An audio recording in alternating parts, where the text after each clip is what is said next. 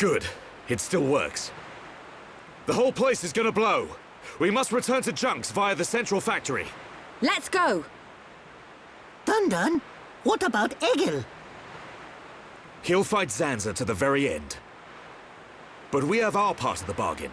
Once he's gone, we're the only ones left. Let's move, everyone! Goodbye, my brother.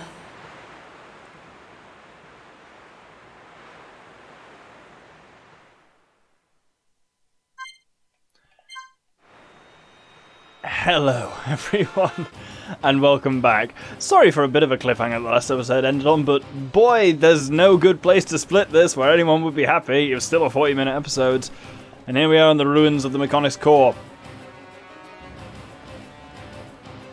I've talked a lot about, well, I talked a couple of episodes ago about June. One of the other things that links this to June is there's a lot of use, like specifically to David Lynch's June, there's a lot of use of monologues as well, of like hearing what's going on in people's heads. We are now moving very clearly into Act 3 of the game, the final act. The game is never officially split into acts in any meaningful way, but I always divide it in my head based on who's the villain, is the obvious way of saying it. Act 1 goes up until Prison Island. The villain is Metalface. Act 2 goes until Mechonis Core. The villain is Egil. Act 3 goes to the end of the game. The villain is Zanza and the Bionis. Same person, basically. Zanza, Monado, Mechonis, all the same, all the problem. And it's that shift in, oh, this is the villain, that this game does so well.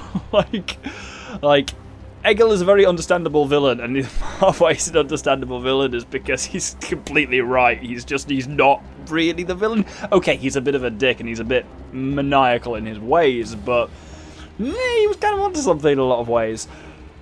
Dickson's betrayal is one of the greatest moments, I think, in definitely any game, possibly genuinely any form of media. I absolutely love it. It is set up incredibly thoroughly, to the point where he basically tells you, as I say, early on, he's like, oh yeah, by the way, I'm going to betray these guys.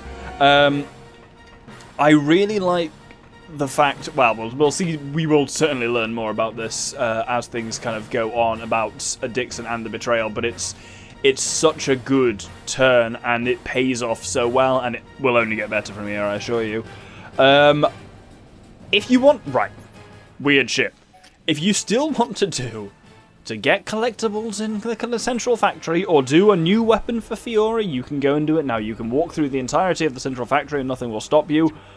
As when we were here last time, you can also go to Agneritha again, which should be destroyed. Weirdly, if you go to Agneritha, its skybox is the same as Mechonis Core. If you look out at the front of it, it's the grey image of the Monado standing there holding, not the Monado, the Bionis there holding the Monado, like outwards. It's the same as Mechonis Core, which again is what implies that it's kind of not real, which is really bizarre. Again, this section just feels a bit odd from a gameplay perspective, like they were kind of just trying to make it work, however. But yes, we are moving into Act 3 now. Act 3, absolutely the end game, and don't worry, Act 3 is definitely a lot smaller than the rest. We're on episode 86. I still expect this game will wrap up somewhere around 100, but obviously a hell of a lot of stuff changes at this point, to put it fucking mildly. But it's really well done. The rest of the episode won't feature a great deal of me. I'll be back once or twice throughout the entire episode. It lays on thick at this point at this game. A lot of shit has just happened. We've just learned all about, Shulk's been possessed by Zanza his whole life. Maynard's dead. Zanza is really the problem. Dickson's been working with him. Did you have any questions about the High Entia? If so, they'll be answered by the end of this episode. We are not done with the laying it on thick at this part of the game yet. Looks like it's all over. Yep, I know, even though I wasn't there. I want to thank you for what you did for my son. But we have to escape first. Should we go back to the village? Let's roll.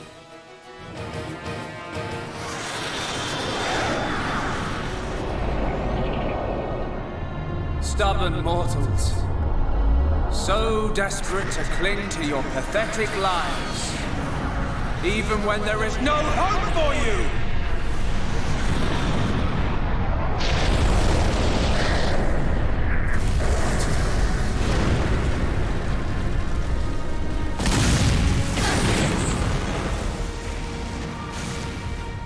Don't you ever give up!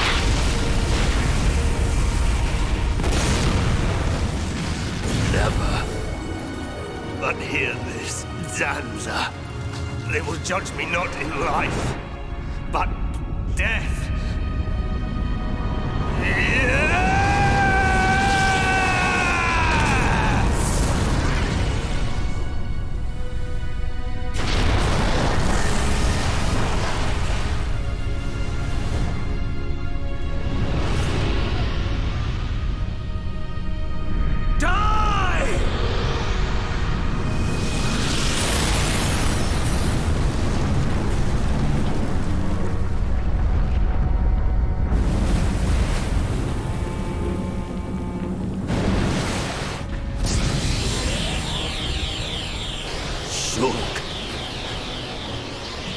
For both our worlds, you must succeed.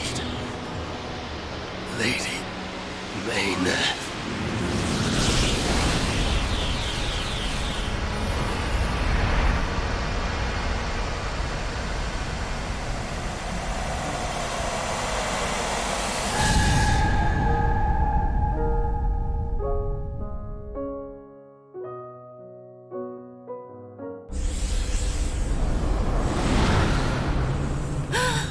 The Mechonis! Egil! Look starboard! What's that cloud?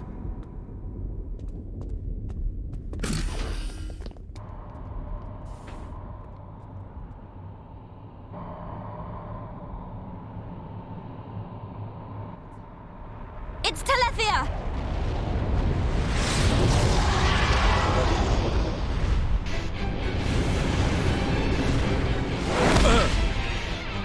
You're not getting away! Dickson!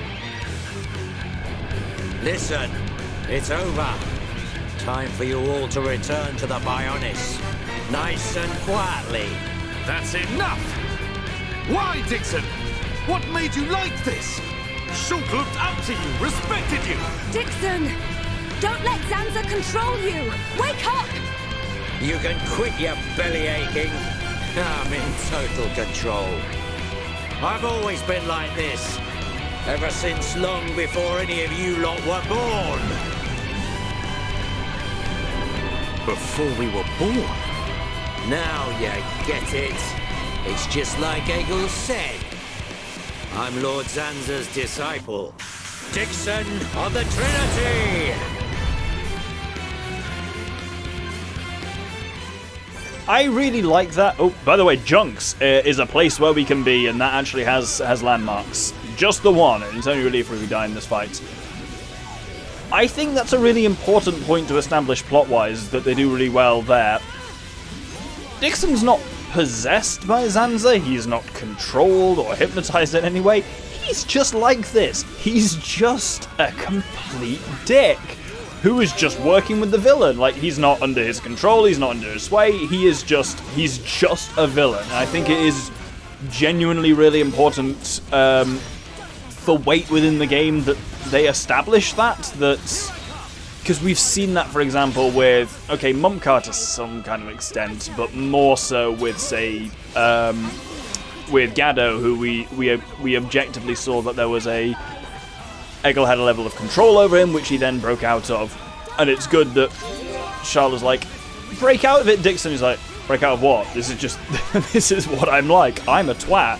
And I think it's really good that they do that. This is also a really cool thing. As we move, you may just, as we fight, we are flying around the back of the Bionis. There's Alchemoth up there.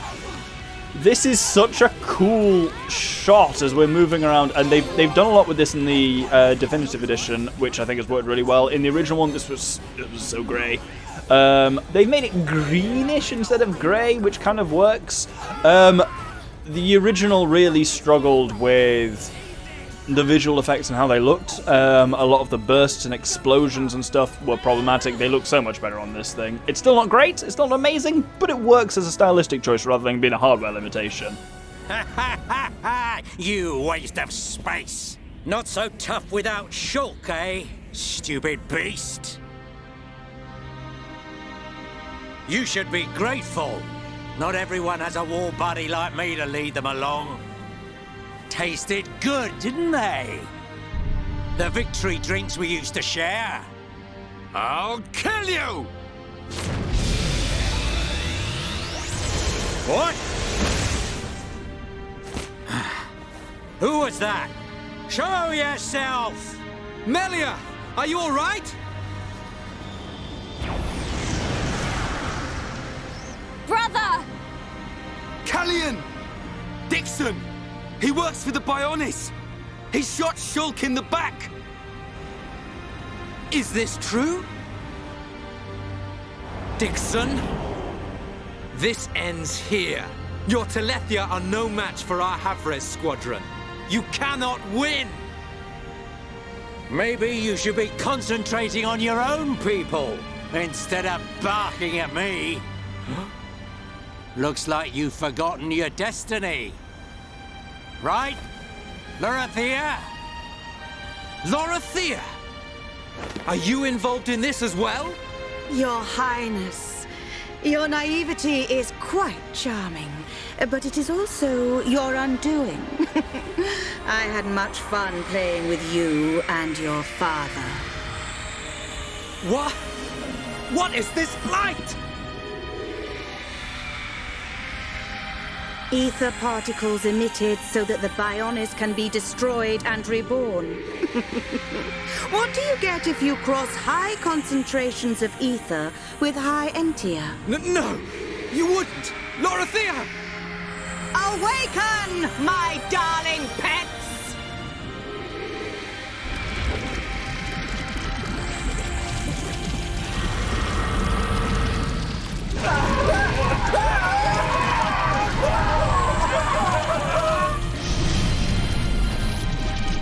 They are... Telethia! Brother! Melia! Lorithia! Let him go! You misunderstand, child. This is the reason why high Entia are born. Do not blame poor old me. Explain yourself! It's just like she says. The High Entia are a race created by Lord Zanza to eliminate any annoying life forms in the preparation for the rebirth of the Bionis. Their bodies contain a gene that, when the time comes, transforms them into Telethia.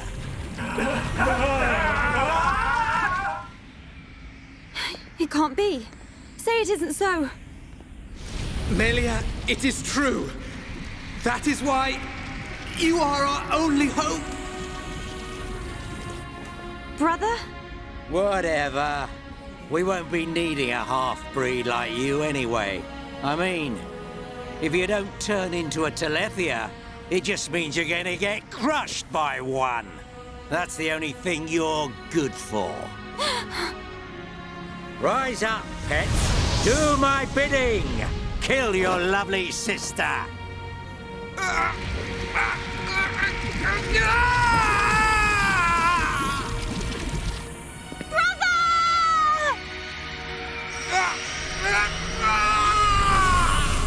Brother! Just hold on! I'll find a way to save you! Melia!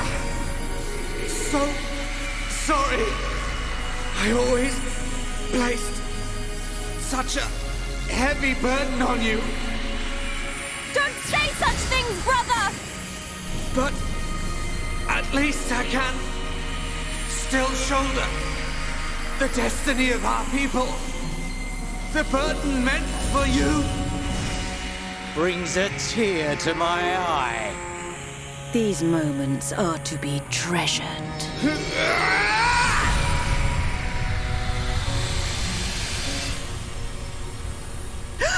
How?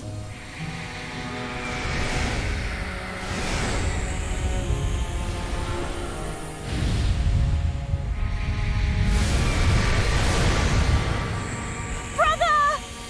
Melia! Father's wish and the future of the High Entia are in your hands. Yours and Shulk's. Telethia! Destroy him!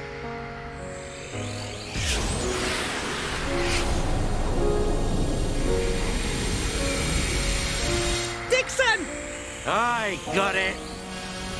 Too late. Damn him.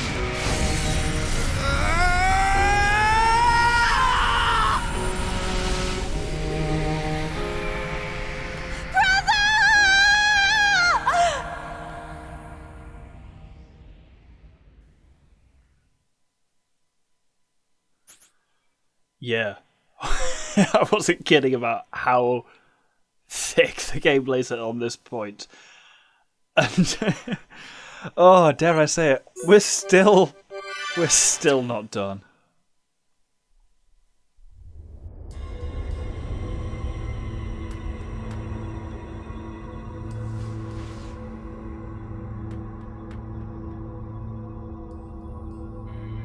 Where am I?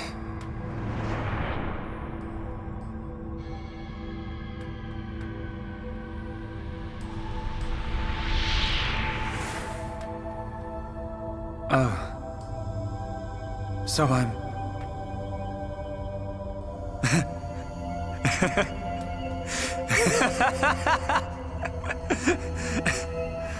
What was I doing? What was the purpose of my life?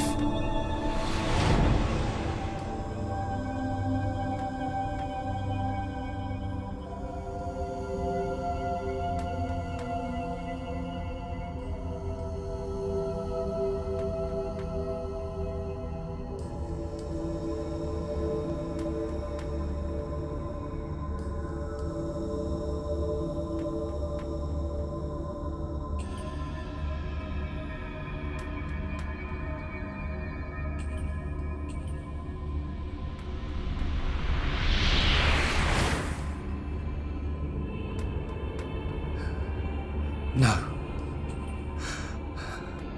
I've got it wrong. I was never alive. It was Zanza.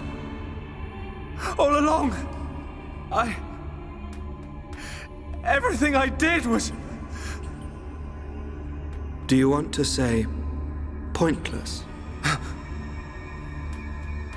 That voice.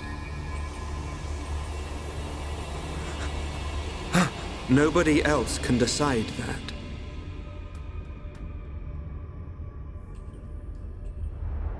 Only you.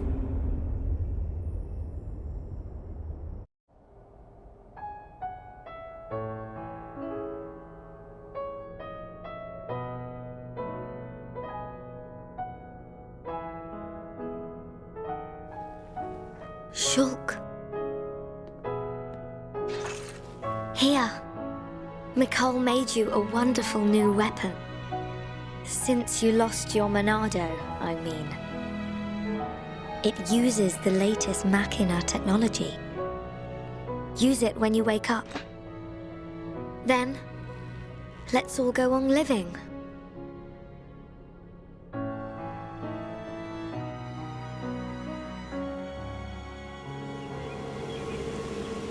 We've relocated the High Entia and the Nopon refugees to Colony 6. Thankfully, the Mekon did us a favor by fortifying it for us. It should hold out for a while. It's ironic. We want to escape Zanza, but we can't leave his body, the Bionis. Well, this is our home. Princess, I have to know. Should we be worried about the evacuated High Entia? I cannot be sure, but I believe not. All those who survived are part Homs like me. Understood. If they ever do transform, I will be among them. If that time comes, you know what to do. Are you sure? Everyone is obliged to accept their fate. No way! There's no way Callian would leave the fate of the High Entia to you if that was gonna happen. Precisely. And Melia, if we are to survive, we must fight Zanza and the Telethia. It may not be the case with all of them, but a large number of Telethia were once High Entia. Your subjects and your brethren. I am prepared for that. Even if it means harming my brethren, it is for the protection of the survivors. That is the final wish of my father and brother. I will fight to free the souls stolen by Zanza. You're a fighter, Melia. We will need all your strength in the fight ahead.